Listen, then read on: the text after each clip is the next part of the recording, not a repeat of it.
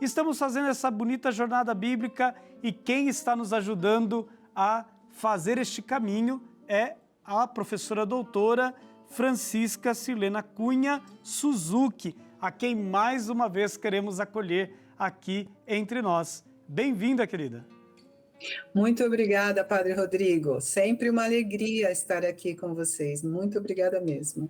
E conhecer a palavra de Deus é se tornar ainda mais discípulos e discípulas do Senhor neste caminho de anúncio desta palavra de vida e esperança.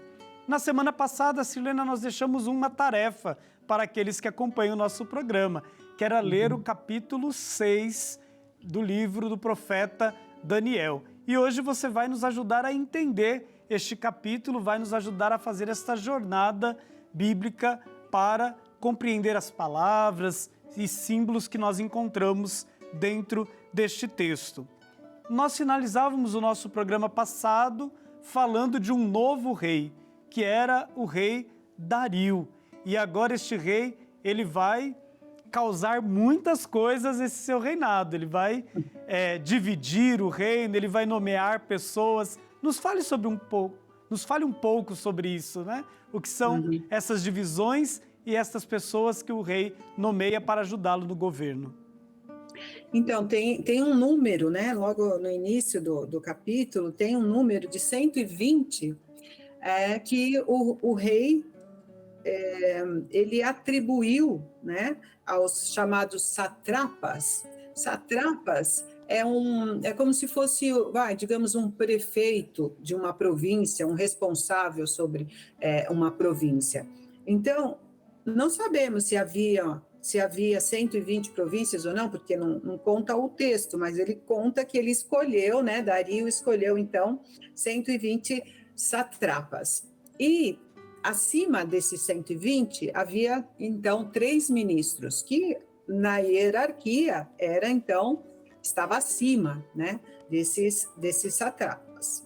E o Daniel foi um dos escolhidos para ser ministro. E você sabe, né, todos sabemos que realmente quem se destaca muito provoca um tanto de inveja, né, em certas pessoas.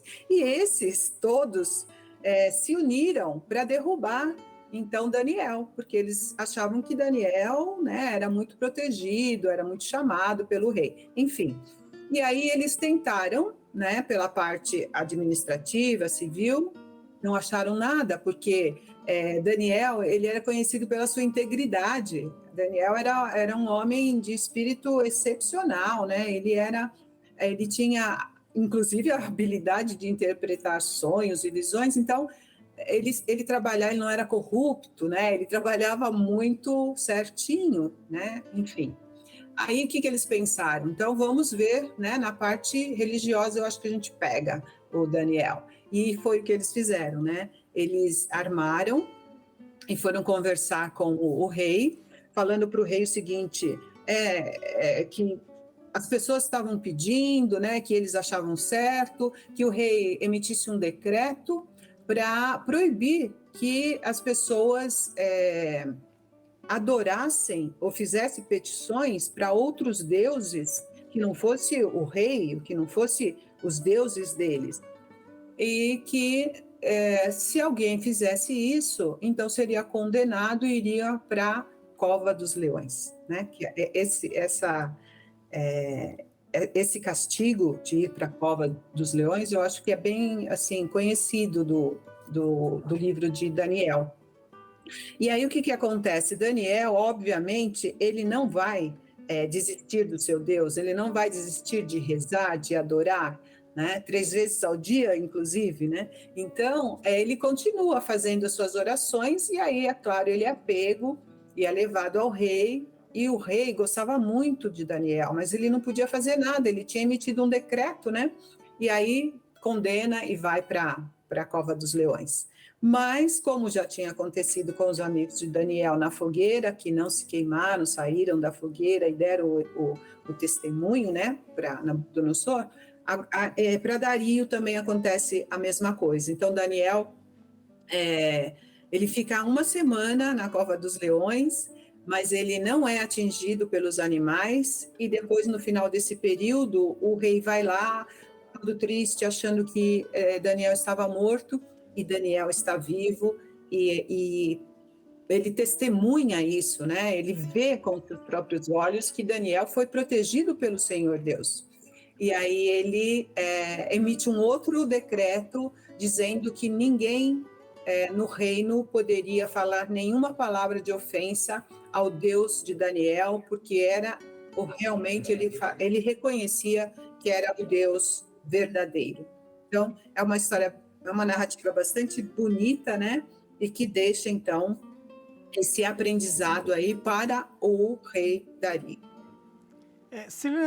No livro aparece lá que Daniel ele desobedeceu o rei Dario, né? Isso devia ser algo muito grave, né? E por que ele desobedece?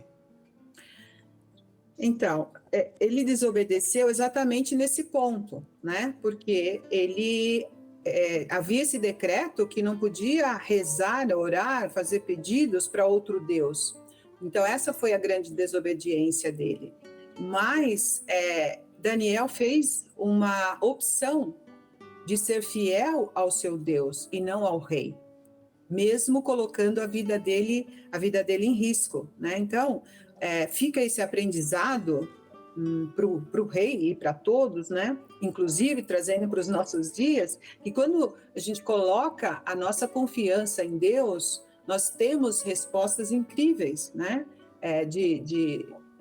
De proteção, enfim, de resolução de problemas, se a gente acredita verdadeiramente e se mantém fiel a esse Deus verdadeiro, né? Não aos ídolos, porque hoje a gente enfrenta muito essa questão, né, de concorrência de ídolos, né?